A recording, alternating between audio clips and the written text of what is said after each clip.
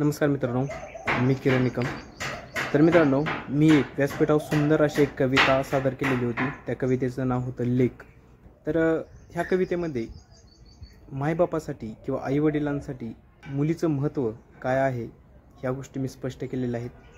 तर मित्रांनो, ही कविता त्या लोकांपर्यंत जास्त शेअर करा की ज्या घरामध्ये मुलाने आईवडिलांचा तिरस्कार केला आणि मुलीने त्या आईवडिलांचा सांभाळ केला, अशा लोकांपर्यंत हा व्हिडिओ जास्तीत जास्त शेअर करा. ह्या गोष्टी त्याच लोकांना कळतात ज्या कुटुंबामध्ये आईवडिलांचं महत्त्व कमी आहे आणि एका मुलीने त्या आईवडिलांचा सांभाळ केला आहे या प्रकारे. तर मित्रांनो, बघूयात आपण पुढची कविता.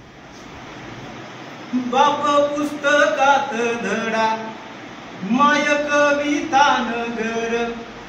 बाप पुस्तकात धडा माय कविता नगर.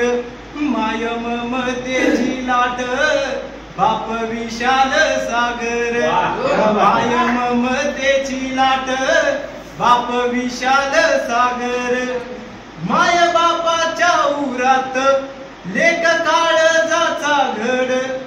माय बापाच्या उरात लेक काळजाचा घड. जगी उजेड पाडते लेकपण त्यांची लढ. जगी उजेड पाडते लेकपण त्यांची लढ. बापाच्या घरात लोकवंशाचा दिवटा.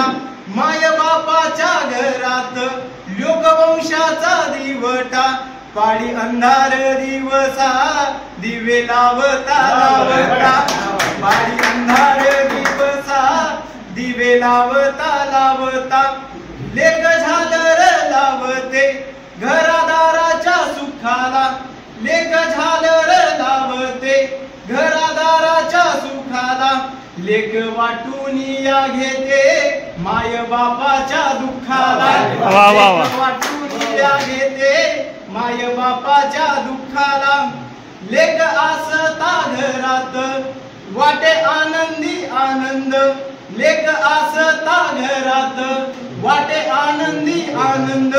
लेक नांदाया जाताना दाटे अश्रूची पानंद. लेक नांदाया जाताना दाटे अश्रूची पानंद.